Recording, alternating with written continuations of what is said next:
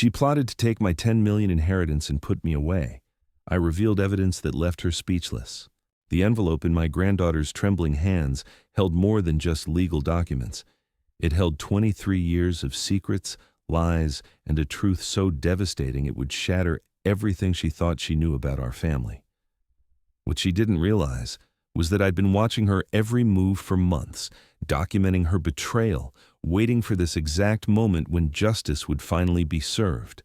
The morning everything changed started like any other Tuesday in my Westchester County home.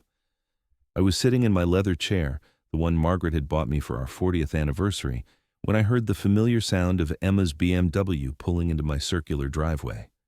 At 26, my granddaughter had perfected the art of looking concerned while calculating exactly how much my death might be worth to her. "Grandpa Robert!" she called out as she let herself in through the front door, her voice carrying that practiced sweetness I'd grown to recognize over the past year. "I brought you those groceries you needed." I watched her move through my living room, her designer heels clicking against the hardwood floors I'd installed myself 40 years ago when this house was just a modest 3-bedroom colonial. Now it sprawled across 2 acres of prime real estate, worth more than most people would see in several lifetimes. Emma's eyes always lingered a little too long on the crown molding, the crystal chandelier, the artwork Margaret had collected during our travels through Europe. "You're so thoughtful, sweetheart," I replied, keeping my voice steady despite the bitter taste those words left in my mouth. "Just set everything on the kitchen counter." She bustled around my kitchen with the efficiency of someone who'd memorized every cabinet and drawer. Over the past 18 months, since Margaret's funeral, Emma had appointed herself as my primary caregiver. Not because she loved me, though she performed that role with Academy Award-worthy precision. No, Emma had positioned herself perfectly to inherit what she believed was a $10 million estate. What she didn't know was that I'd been testing her loyalty for nearly 2 years. Every conversation, every visit, every concerned phone call had been carefully observed and documented. I'd installed security cameras throughout my house after catching her going through my desk drawers during one of her supposed grocery runs. The footage from those cameras sat in a safe deposit box downtown, along with other evidence that would soon reshape Emma's understanding of family loyalty. "Grandpa, have you given any more thought to what we discussed last week?" Emma asked, unpacking organic vegetables with the careful attention of someone performing for an invisible audience. "About updating your will, I mean. It's just that these legal documents are so complicated, and you're getting older." There it was, the weekly will conversation. Emma had been circling this topic like a shark, sensing blood for months now. She'd suggested I needed a more modern estate plan, something that reflected current tax laws and family dynamics. What she really meant was something that ensured she inherited everything while my other grandchildren got nothing. "I'm thinking about it," I said, playing my part in this elaborate deception. "These things take time to consider properly." Emma nodded sympathetically, but I caught the flash of impatience that crossed her features. At 26, she'd never learned the value of patience or hard work. Her parents, my son David and his wife Caroline, had raised her with every advantage money could provide. Private schools, European vacations, a trust fund that covered her college expenses, and then some. But apparently, it wasn't enough. Through my security footage, I'd watched Emma photographing documents in my home office. I'd seen her making phone calls from my guest bathroom, speaking in hushed tones about property values and inheritance timelines. She'd even gone so far as to research elder care facilities, presumably for when she decided I was too inconvenient to keep around. The most damning evidence came from a conversation I'd recorded last month when Emma thought I was napping in my bedroom. She'd been on the phone with someone, probably her boyfriend Marcus, discussing their plans for my money. "The old man can't live forever," she'd whispered into her phone, "and when he's gone, we'll finally be able to start our real life together." Our real life together.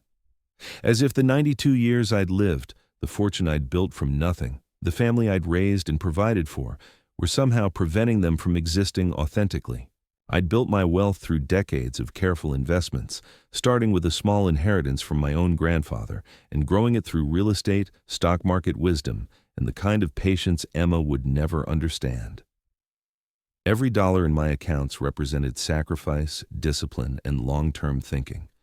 I'd skipped vacations to reinvest profits. I'd lived below my means while others my age indulged in luxury. I'd planned for a future that would benefit my entire family, not just one greedy granddaughter who saw me as an obstacle to her desires.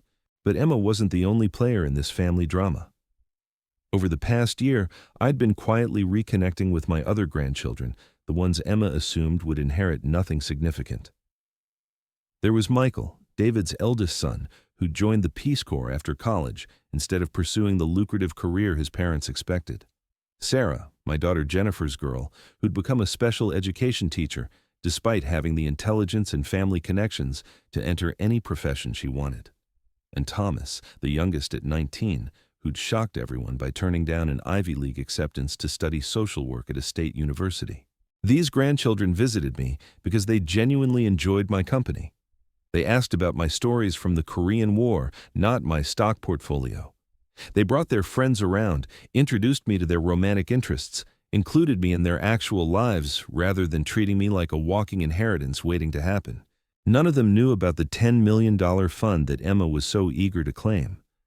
None of them knew that I'd been watching Emma's behavior with the calculating patience of a man who'd spent decades building wealth through careful observation and strategic planning. The fund itself was Emma's obsession, though she'd never asked me directly about its existence. She'd pieced together information from overheard phone calls, documents she'd glimpsed in my office, and assumptions based on the lifestyle Margaret and I had maintained over the decades.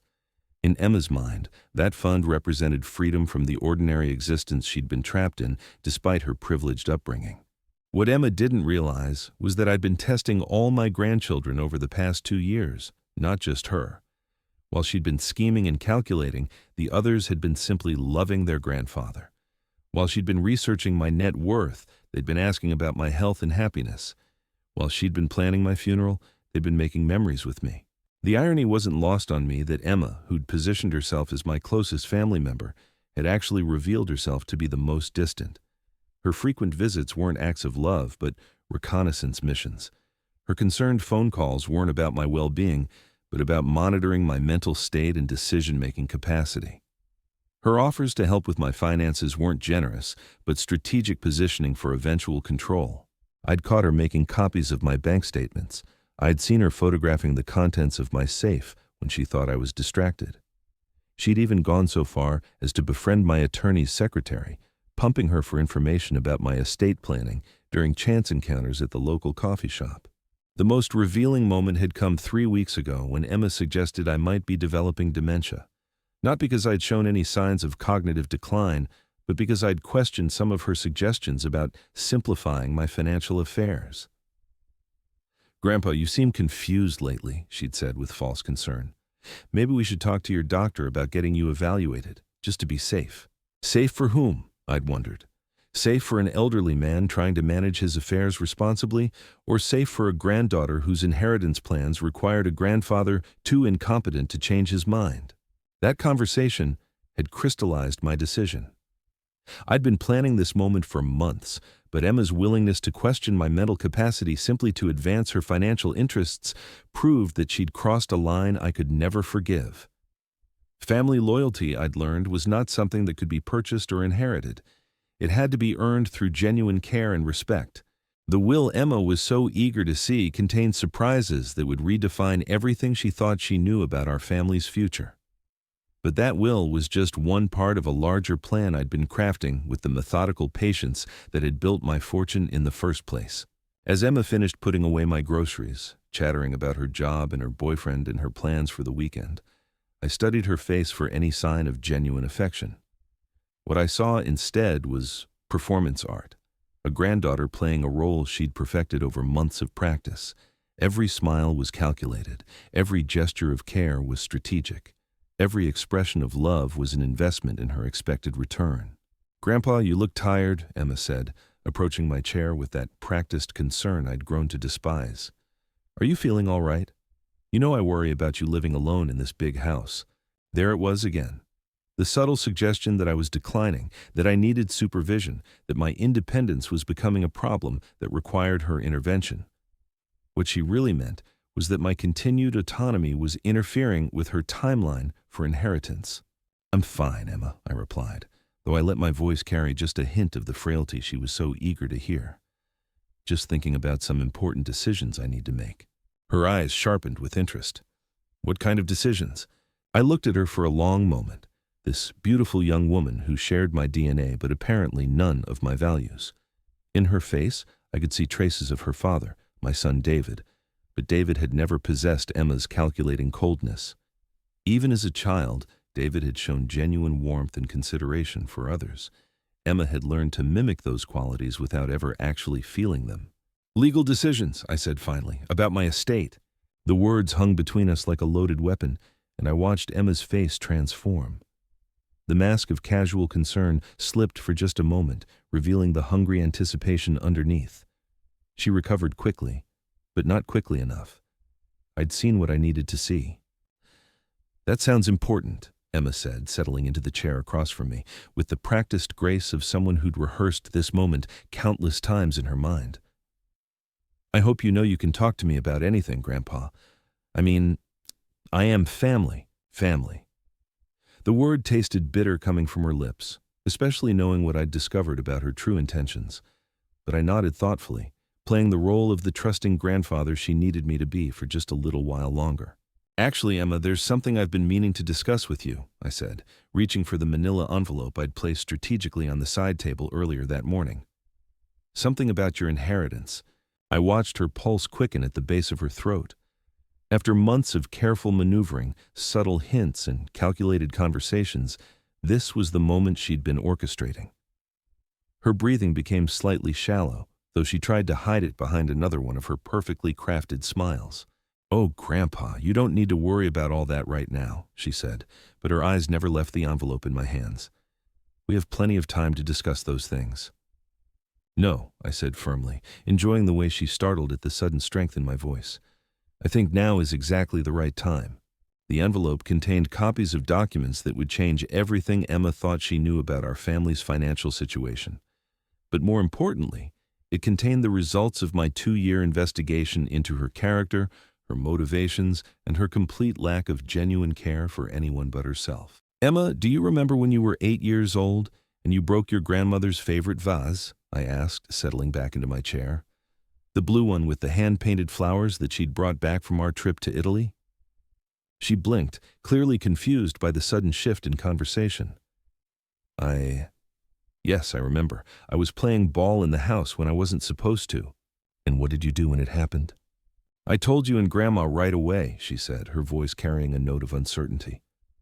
She wasn't sure where the story was leading, but she sensed it wasn't anywhere good for her. "That's right. You came running into the kitchen, tears streaming down your face, saying you were sorry before we even knew what had happened." I leaned forward, studying her face. "You were 8 years old, and you understood that honesty and accountability mattered more than avoiding consequences." Emma shifted uncomfortably in her chair. "I don't understand what this has to do with—" "It has everything to do with what we're discussing today," I interrupted. "Because somewhere between that 8-year-old girl who ran to confess her mistakes and the woman sitting in front of me now, something fundamental changed."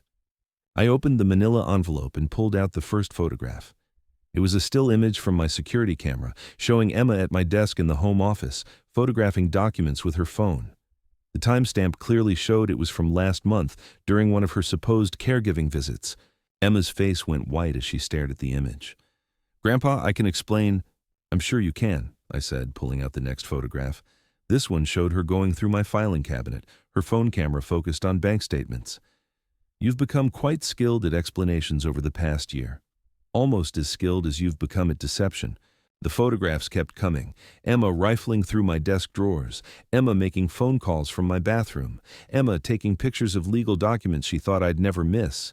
Each image was dated and time-stamped, creating an undeniable timeline of betrayal that had been unfolding under my own roof. "Grandpa, please, you have to understand," Emma's voice cracked, the perfectly modulated tone finally breaking under the weight of being caught. "Oh, I understand perfectly," I said, setting down the photographs and pulling out a stack of printed transcripts. "I understand that you've been planning my death like other people plan vacations. I understand that you've been researching nursing homes not for my care, but for your convenience. I understand that you view me as an obstacle to the life you think you deserve." The transcripts were devastating. Phone conversations I'd recorded where Emma discussed my declining health with friends, speculating about how much longer I might live. Text messages I'd recovered from her phone during one of her visits, messages to her boyfriend about their future plans funded by my estate. Email exchanges with real estate agents, asking about property values in my neighborhood for future reference. Emma's hands shook as she looked at the evidence of her betrayal spread across my coffee table, like a crime scene investigation. Grandpa, I never meant for it to seem like what? Like you were systematically preparing to inherit my fortune while actively hoping for my death? I pulled out another document, this one a printout of her internet search history that my tech-savvy grandson Thomas had helped me retrieve.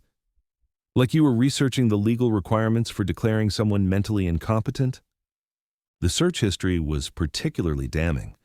Emma had spent hours researching topics like signs of dementia in elderly relatives, how to get power of attorney for aging family members, and average life expectancy for 92-year-old men. She'd even looked into the costs of private nursing facilities, though not the nice ones. The facilities she'd researched specialized in warehousing elderly patients with minimal family involvement. You want to know the most heartbreaking part of all this? I asked, watching tears begin to form in Emma's eyes. Though whether they were tears of genuine remorse or just fear of being caught, I couldn't tell anymore. It's not the scheming or the lies or even the way you've been planning to dispose of me like an inconvenient piece of furniture. Emma wiped at her eyes with the back of her hand, smearing her carefully applied makeup. Then what? It's that I would have given you anything you needed, any time you needed it, if you'd just asked honestly. I gestured around my living room, at the home I'd built and the life I'd created. You think this money, this house, these possessions are what matter to me? Emma, I've been wealthy for longer than you've been alive. None of that compares to the value of having family who actually loves you. I do love you, Grandpa, she whispered, but the words sounded hollow even to her own ears. No, I said sadly. You love what you think I can give you. There's a difference, though I suspect you've never learned to recognize it. I reached back into the envelope and pulled out the document that would change everything. It was my will, the real one, signed and notarized just 3 days earlier. The will that Emma had been so desperate to see, thinking it would reveal the $10 million inheritance she'd been counting on. You want to see my will? I asked, holding up the legal document. You've been so curious about it for so long. Well, here it is.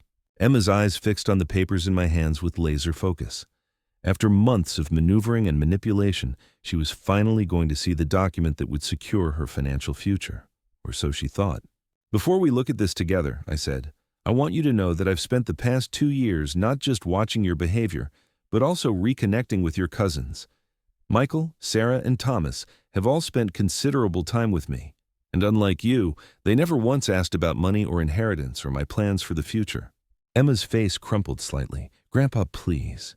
Michael visited me every week, not to check on my mental state or photograph my documents, but to hear stories about his grandmother and to share updates about his work helping build schools in Guatemala. Sarah brings her special needs students to visit me because she knows I enjoy meeting young people and sharing my experiences. Thomas helped me set up my computer security system, not so he could spy on me, but because he was worried about online scams targeting elderly people. Each comparison hit Emma like a physical blow. While she'd been scheming and calculating, her cousins had been simply loving their grandfather. While she'd been documenting my assets, they'd been creating genuine memories. While she'd been planning my funeral, they'd been celebrating my life. The $10 million fund you've been so interested in, I continued, watching her face carefully, it exists exactly as you suspected. $10 million, carefully invested and managed over decades of patient planning. Emma's breathing became more rapid. Despite everything, despite being caught in her web of lies and manipulation, she was still focused on the money. Even now, facing the complete destruction of our relationship, she was calculating her inheritance. But here's what you never understood about that fund, I said, opening my will to the relevant page. It was never intended as a general inheritance to be divided among my heirs. It was specifically designated as a trust fund for whichever of my grandchildren demonstrated the qualities I valued most. Integrity, loyalty, genuine care for family, the kind of character that can't be faked or performed. I handed her the will and watched her eyes scan the pages frantically, looking for her name in connection with the $10 million fund. What she found instead would reshape everything she thought she knew about our family's future. The Emma I raised, the little girl who ran to confess her mistakes because honesty mattered more than avoiding consequences, would have inherited everything, I said quietly. But that little girl grew into someone I don't recognize, someone who sees family as a business opportunity and love as a transaction. Emma's hands trembled as she read the legal language that would determine her financial future. The will was clear, specific, and devastating to everything she'd planned. The $10 million fund had indeed been designated for one of my grandchildren, but not the one she'd expected. "I don't understand," she whispered, though the growing horror in her eyes suggested she understood perfectly. "Idufur." The fund goes to the grandchild who demonstrated the greatest character and integrity over the past 2 years, I explained, the one who visited me without ulterior motives, the one who showed genuine care and respect, the one who proved that family loyalty can't be purchased or inherited, only earned. The will named Thomas as the recipient of the $10 million fund. Thomas, who at 19 had shown more genuine care for his grandfather than Emma had managed in 26 years. Thomas, who'd helped me understand modern technology not to spy on me, but to protect me. Thomas, who'd chosen social work over a lucrative career because he wanted to help people rather than profit from them. Emma stared at the document in her hands as her carefully constructed future crumbled into dust. Everything she'd planned, every calculation she'd made, every manipulation she'd orchestrated had been based on the assumption that I was a confused old man who couldn't see through her performance. "Thomas doesn't even know about the fund," I continued. "Unlike you, he's never asked about my finances or my plans for the future. He visits me because he enjoys my company, not because he's interested in my net worth." The tears flowing down Emma's face were real now, though I suspected they were tears of loss rather than remorse. She was mourning not the destruction of our relationship, but the destruction of her financial expectations. "Grandpa, please," she said, her voice breaking. "I made mistakes, but I can change. I can be better. Give me another chance." I looked at this young woman who shared my blood but none of my values, and felt a sadness deeper than anything I'd experienced since Margaret's death. Emma. The chance to be better was every single day for the past 2 years.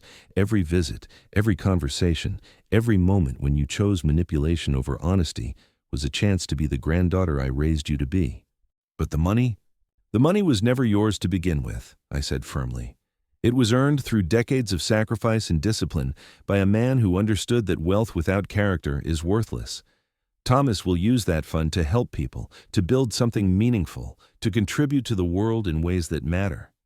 Can you honestly say you would have done the same? Emma's silence was answer enough.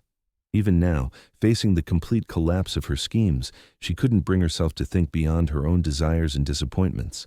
"What about my parents?" Emma asked desperately, clutching the will like it might somehow transform its contents. "What about Dad? Surely he'll contest this. He won't let you destroy his daughter's future over some misunderstanding." I reached back into the manila envelope and withdrew another set of documents. "Your father received his own copy of this evidence 3 days ago," I said, watching Emma's face drain of what little color remained, "along with a complete accounting of your behavior over the past 2 years. The phone records showed everything. Emma's carefully orchestrated conversations with David, painting me as increasingly confused and potentially incompetent. Her suggestions that perhaps the family needed to consider intervention for my own safety. Her hints that my decision-making capacity might be declining, requiring younger, sharper minds to protect the family assets. David was horrified, I continued, noting how Emma flinched at each revelation. Not by my mental state, which he knows is perfectly sound, but by his daughter's willingness to manipulate family relationships for financial gain. He asked me to give you this. I handed her a letter in David's familiar handwriting. Emma's hands shook as she unfolded the single page, her eyes scanning her father's words with growing desperation. David's message was brief but devastating. He'd always been proud of his daughter's intelligence and ambition, but he couldn't support someone who would betray family trust for money. Until Emma demonstrated genuine remorse and character change, she wouldn't be welcome in his home either. "This isn't happening," Emma whispered, the letter fluttering from her nerveless fingers. This can't be happening. I'm your granddaughter. I'm family. Family doesn't abandon family. You're absolutely right, I agreed, my voice carrying the weight of 92 years of hard-won wisdom. Family doesn't abandon family. But what you've been doing isn't family behavior, Emma. It's predatory behavior disguised as love.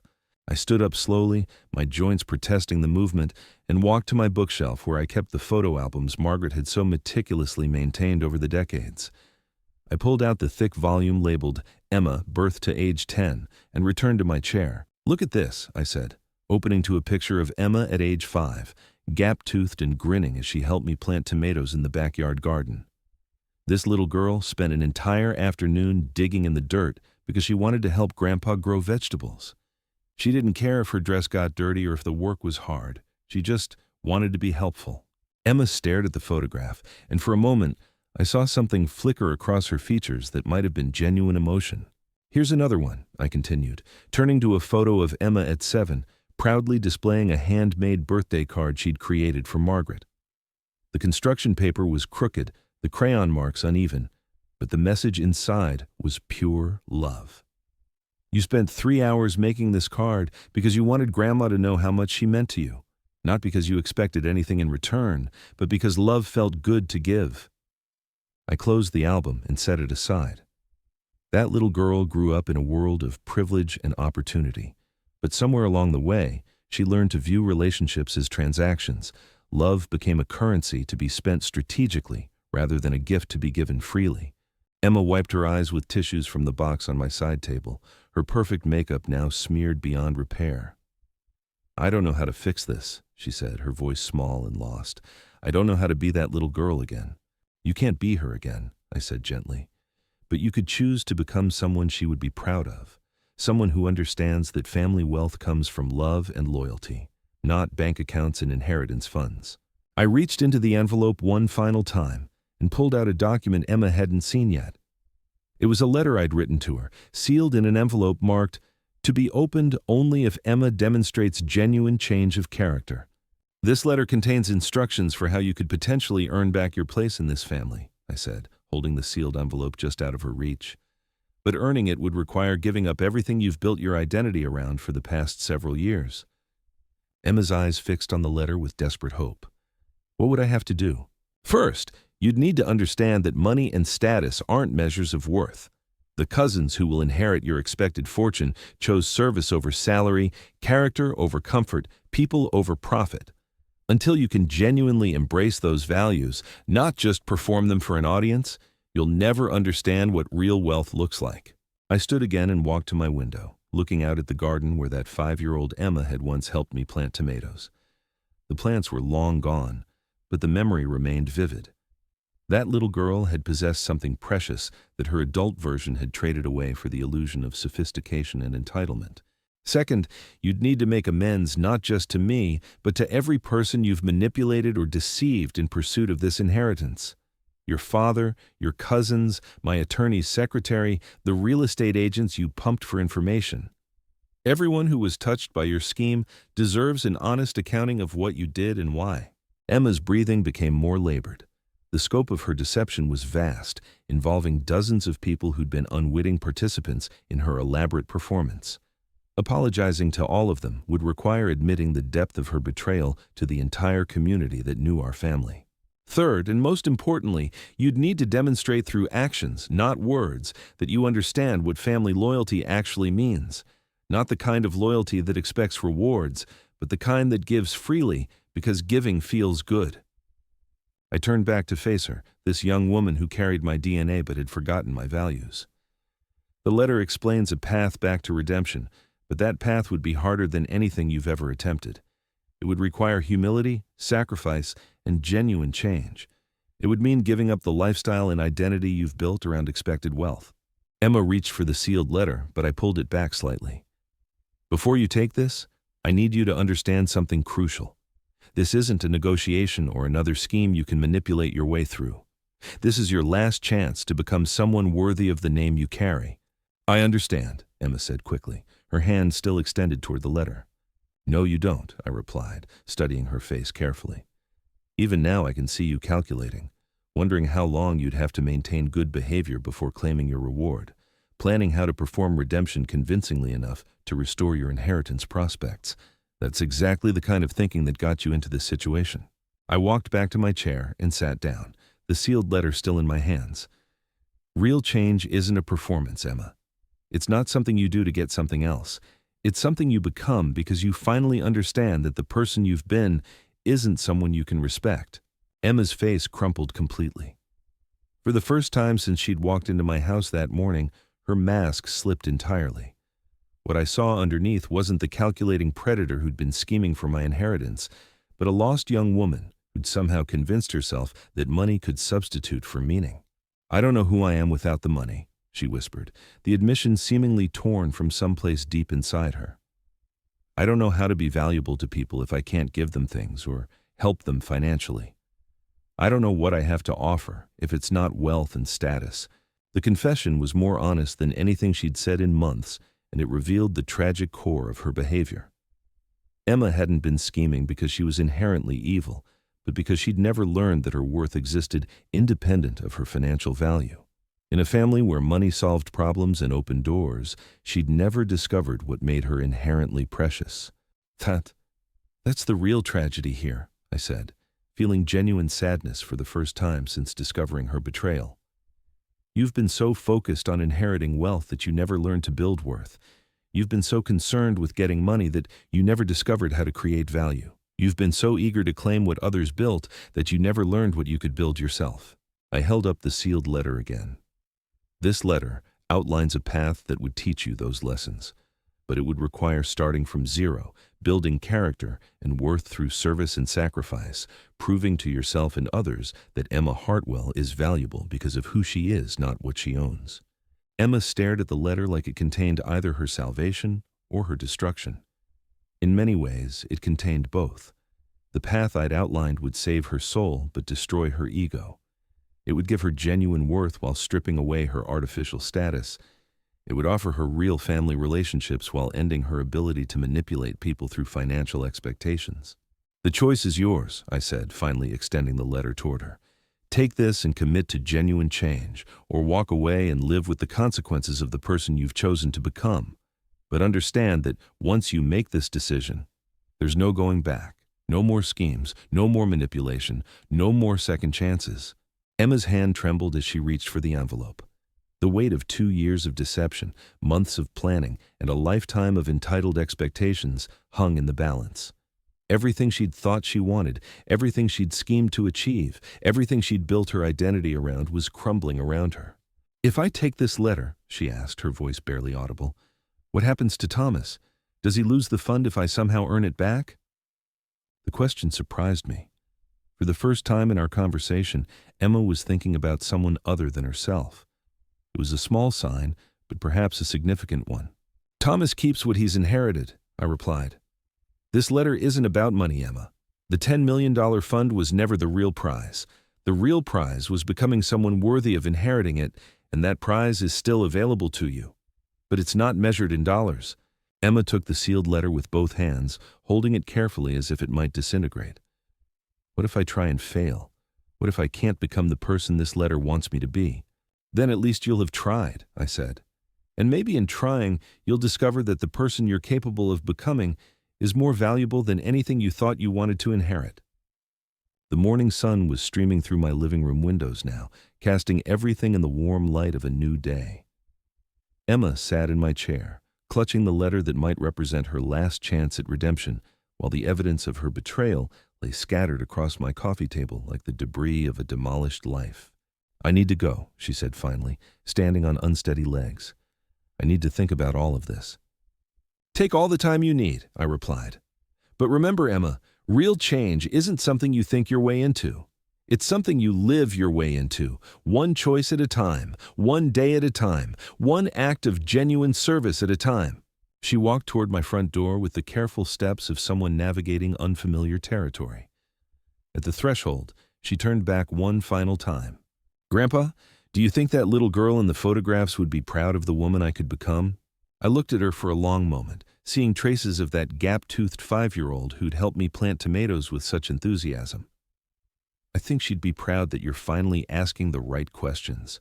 After Emma left, I sat alone in my living room, surrounded by the evidence of her betrayal and the echoes of our devastating conversation. The house felt different now, lighter somehow, as if a weight I hadn't realized I was carrying had finally been lifted. I picked up the photographs of Emma's deception and the transcripts of her manipulative conversations, documents that had taken months to compile and organize. Tomorrow, I would file them away in my safe deposit box, evidence of a family crisis that had been resolved through truth rather than enabling. The real tragedy wasn't Emma's behavior, I realized, but the system that had created it.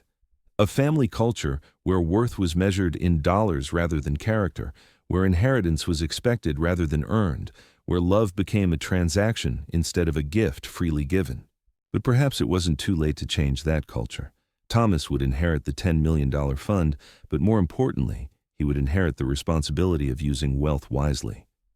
Michael and Sarah would receive substantial inheritances as well, rewards for demonstrating the character and values that made family wealth meaningful rather than destructive.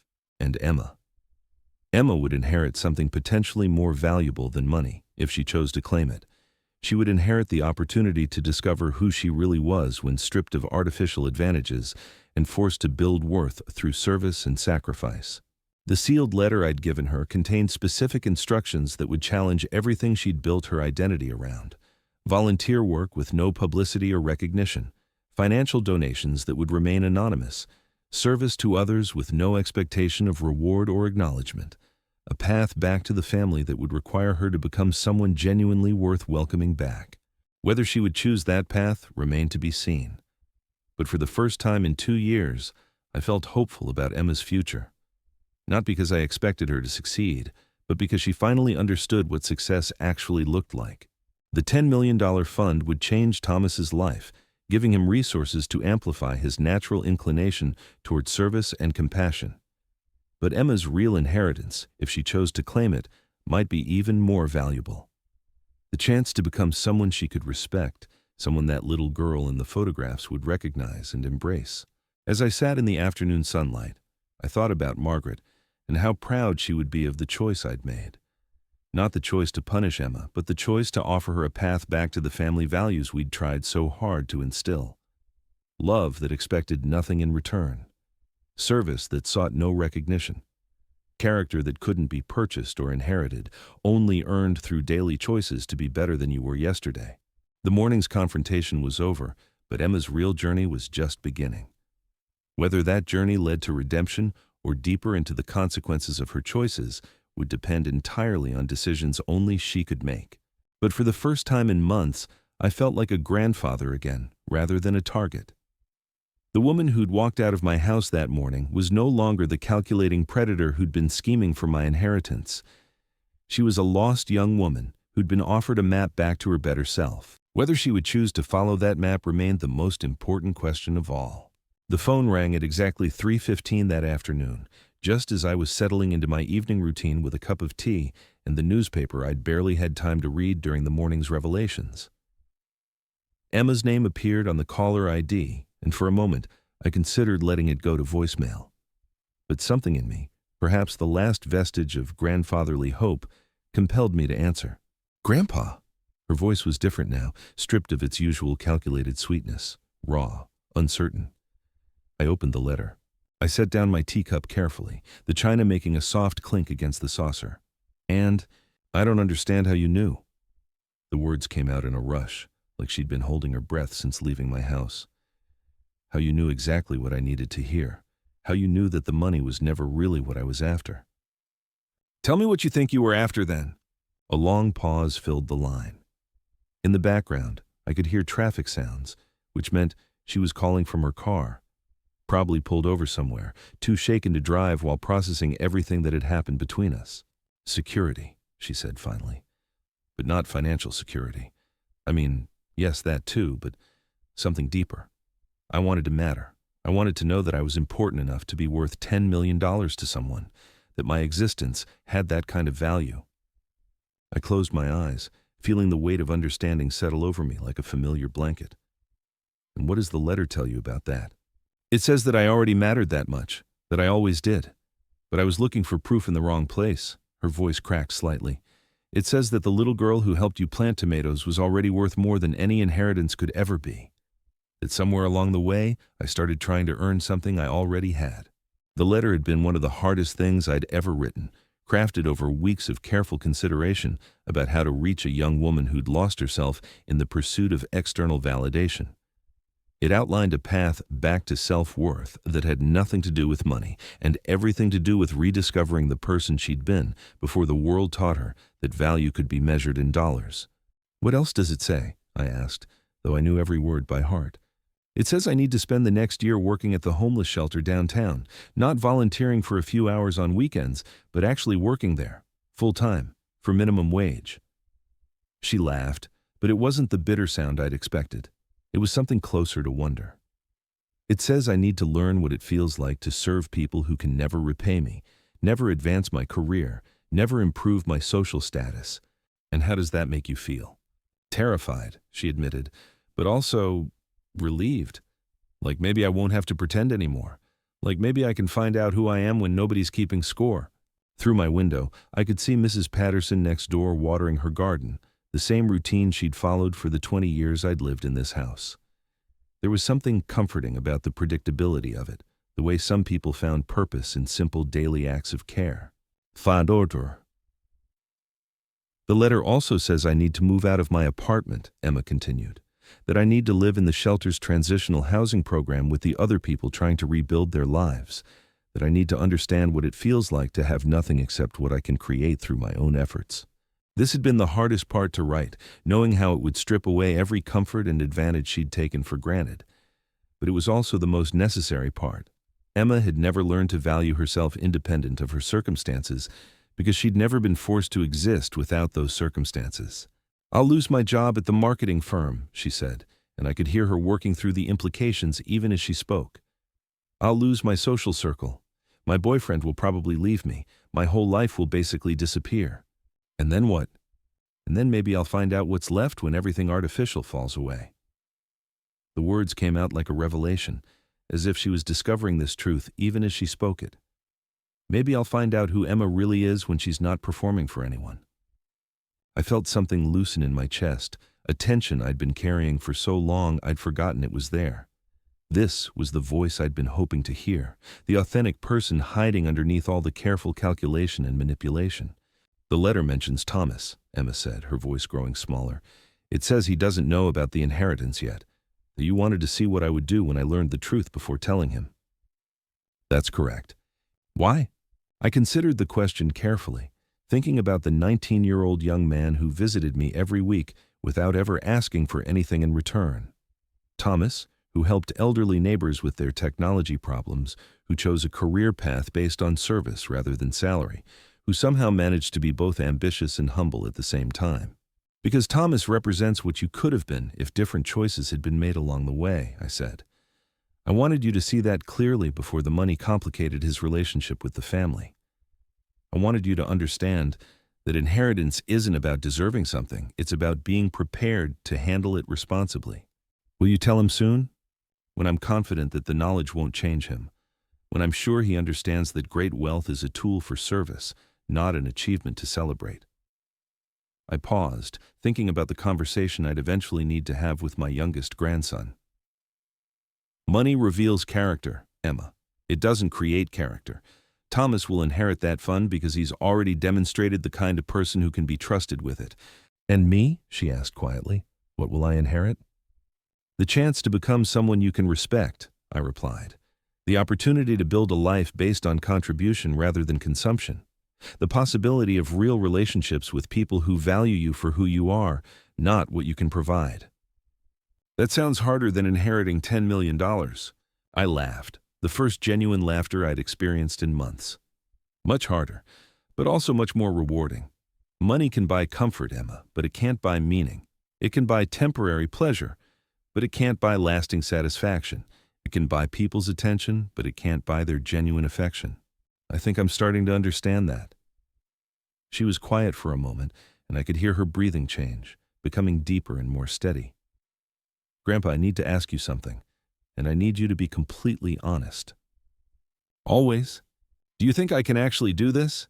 Do you think I can become the person that letter describes? Because I've been performing for so long, I'm not sure I remember how to be authentic. The question hung between us like a bridge neither of us was sure could support the weight of real hope. I thought about the 8-year-old who'd confessed to breaking her grandmother's vase, the 5-year-old who'd spent hours in the garden helping me plant vegetables, the 7-year-old who'd made birthday cards with such loving attention to detail. I think authenticity isn't something you remember, I said finally. I think it's something you discover by making authentic choices, one at a time, until those choices become habits, and those habits become character. The letter says I can't contact you during the year I'm working at the shelter, that I need to do this without any family safety net or emotional support from people who knew me before. Why is that part necessary? This had been one of the most difficult requirements to include, but also one of the most important. Emma needed to discover her own strength, her own capacity for resilience and growth without the comfort of familiar relationships that might enable her to avoid the hardest parts of change. Because transformation requires isolation from the systems that created the problem, I explained. You need to learn who you are when you can't fall back on family resources, family connections, or family identity. You need to discover what you're capable of when you have only yourself to rely on. That's the scariest part, she admitted. I don't know if I'm strong enough to do it alone. Nobody is strong enough to do it alone. That's why the letter directs you to build new relationships with people who are also rebuilding their lives. You'll find strength in community, but it will be a different kind of community than you've ever experienced. A community based on mutual support rather than mutual advantage? Exactly. I felt a surge of pride that she was beginning to understand the deeper principles underlying her path back to family. People who need each other rather than people who use each other. Emma was quiet for several minutes, and I could almost hear her thinking, processing the magnitude of what she was considering. A complete life change, a total identity reconstruction, a journey into unknown territory with no guarantee of success. If I do this, she said eventually, if I follow every instruction in that letter, if I complete the full year at the shelter and prove that I've changed, what happens then? Then we'll have a conversation about what family means and what role you want to play in this family going forward. Not about money? Not about money, I confirmed. About relationships, about contribution, about the kind of grandmother you might want to be someday to children who will look up to you the way you once looked up to me. Grandmother? The word seemed to surprise her. I never thought about that. Emma, you're 26 years old. Your whole life is ahead of you. The choices you make now will determine not just your own future, but the future of generations you haven't even imagined yet. Do you want those future generations to inherit your current values, or do you want to give them something better? Something better, she said without hesitation. Definitely something better. Then you know what you need to do. Another long pause, filled with the weight of decision. I could hear her car engine running, could imagine her sitting in some parking lot somewhere, holding that letter and trying to summon the courage to choose the harder path. I'm scared, Grandpa. Keh. Good, I replied. Fear means you understand the stakes. Fear means you're taking this seriously. Fear means you know this isn't just another performance or manipulation. What if I fail? Then, you'll fail attempting something worthy instead of succeeding at something hollow. I thought about my own moments of fear over the decades, the risks I'd taken to build my business, the courage required to make difficult decisions. Emma, failure at genuine effort is more honorable than success at deception. The letter says I need to start Monday. That's 4 days from now. Are you going to do it? The silence stretched so long I wondered if the call had been disconnected. Then Emma's voice came through, quiet but resolute. Yes, I'm going to do it. I'm going to quit my job, move out of my apartment, end my relationship with Marcus, and show up at the homeless shelter Monday morning ready to work for minimum wage, helping people who have nothing. And how do you feel about that decision? Like I'm about to jump off a cliff, she said, and I could hear the smile in her voice. But also like maybe that's exactly what I need to do. Like maybe the person I am now needs to die so someone better can be born. After we ended the call, I sat in my living room as the afternoon light faded toward evening, thinking about transformation and second chances, and the mysterious alchemy that turns selfish children into generous adults. Emma's journey would be difficult, perhaps more difficult than she could yet imagine, but for the first time in 2 years, I felt hopeful about her future. The homeless shelter where she would work was run by a remarkable woman named Sister Margaret, a nun who'd spent 30 years helping people rebuild their lives from nothing. I'd been supporting the shelter financially for over a decade, but I'd never mentioned that to Emma. She would need to earn Sister Margaret's respect through her own efforts, not through family connections. Sister Margaret would be a good teacher for Emma, I thought, someone who understood the difference between charity that enabled dependence and service that fostered dignity. Someone who could recognize authentic change versus performed rehabilitation.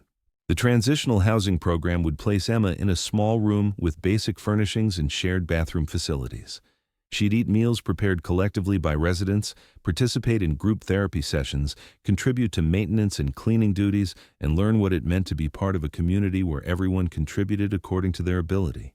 Most importantly, she would work directly with homeless individuals and families, helping them navigate social services, find employment, locate permanent housing, and rebuild the practical skills of daily life.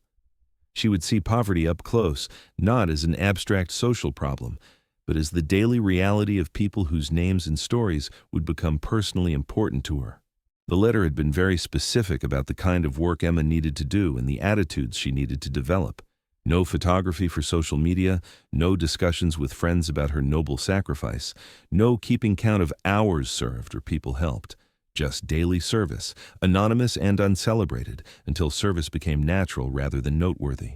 I walked to my kitchen and began preparing dinner, thinking about Thomas and the conversation I would need to have with him soon about his inheritance. Unlike Emma, Thomas would probably be overwhelmed by the responsibility rather than excited by the opportunity. He'd worry about whether he deserved such good fortune, whether he was prepared to handle it wisely, whether the money might change him in ways he couldn't control. Those worries, paradoxically, were exactly why he was the right choice. Thomas understood that great wealth was a burden as much as a blessing, a responsibility that required careful thought and deliberate action. He would use the money to amplify his natural inclination toward service, rather than to escape from the ordinary challenges of building a meaningful life. My phone rang again as I was setting my single place at the kitchen table. David's number this time. Dad, Emma called me. My son's voice carried a mixture of relief and uncertainty. She told me about your conversation this morning and about the letter you gave her. She said she's going to do it. How do you feel about that? Honestly, part of me is proud of her for choosing the hard path, and part of me is worried about what she's getting herself into. A year at a homeless shelter, living in transitional housing, working for minimum wage, that's going to be brutal for someone who's never experienced real hardship. I stirred the soup I'd heated for dinner, thinking about the different kinds of hardship and which ones actually built character. David, what do you think was harder for Emma? The pampered childhood that taught her to manipulate people for money, or the year of honest work that might teach her to value herself? When you put it that way... He sighed, and I could picture him running his hand through his hair the way he'd done since childhood when wrestling with difficult concepts. I suppose the pampered childhood was actually the brutal experience. It just didn't look brutal from the outside. Exactly. Emma is about to experience the relief of not having to perform anymore, not having to calculate every interaction for maximum advantage, not having to maintain a false persona designed to extract resources from other people. Do you really think she can do it? Do you think she can change that fundamentally? I thought about the genuine emotion I'd heard in Emma's voice during our afternoon phone call, the authentic fear and hope and determination that had replaced her usual calculated responses. I think she's already begun to change, I said. The Emma who left my house this morning was different from the Emma who arrived. The Emma who called me this afternoon was different from both of them. Change isn't a destination, David. It's a direction. What about Thomas? When are you going to tell him about the inheritance? Soon. I want him to have time to process the responsibility before Emma completes her year of service. If she completes it successfully, they'll both need to understand their roles in this family going forward. Their roles? I walked to my living room window, looking out at the neighborhood where I'd lived for 2 decades, thinking about legacy and responsibility and the ways wealth could either corrupt or elevate, depending on how it was handled. Thomas will inherit the financial resources to amplify his natural generosity, I explained. Emma, if she succeeds, will inherit something equally valuable but different. She'll inherit the knowledge of how to build worth from nothing, how to find meaning through service, how to create authentic relationships based on mutual respect rather than mutual advantage. And if she doesn't succeed, then she'll inherit the consequences of her choices, which is also a form of education. But I'm optimistic, David. For the first time in years, I'm genuinely optimistic about Emma's future. After David and I finished talking, I ate my simple dinner in the quiet of my kitchen, thinking about the strange events that had brought our family to this crossroads. Emma's betrayal had been devastating, but it had also been illuminating. It had forced all of us to examine what we really valued, what we were actually building together as a family. The $10 million fund would indeed change lives, but probably not in the ways Emma had originally imagined. Thomas would use it to serve others, which would teach him about leadership and responsibility. Emma would earn her way back to family respect, which would teach her about authentic self-worth. The other grandchildren would witness both examples, which would teach them about character and choice. Most importantly, perhaps, the next generation of our family would understand that wealth was a tool for contribution rather than consumption, a responsibility rather than a reward, a means to serve others rather than a way to elevate oneself above others. As I prepared for bed that evening, I felt something I hadn't experienced in months. Peace. Not the peace of resolution, because Emma's journey was just beginning, but the peace of knowing that truth had been told, authentic choices had been offered, and the people I loved most were finally free to become who they really were, underneath all the performance and pretense. Tomorrow, Emma would begin the process of resigning from her job and ending her lease. She would start the practical work of dismantling the life she'd built around expected inheritance and begin preparing for a year of discovering who she could become when stripped of artificial advantages. Thomas would continue his studies and his volunteer work, unaware that his life was about to change in ways that would test everything he believed about fairness and responsibility. And I would continue the work of being a grandfather worth respecting, someone whose love came without conditions, but whose respect had to be earned through character and choice. The morning's confrontation had ended, but the real story was just beginning.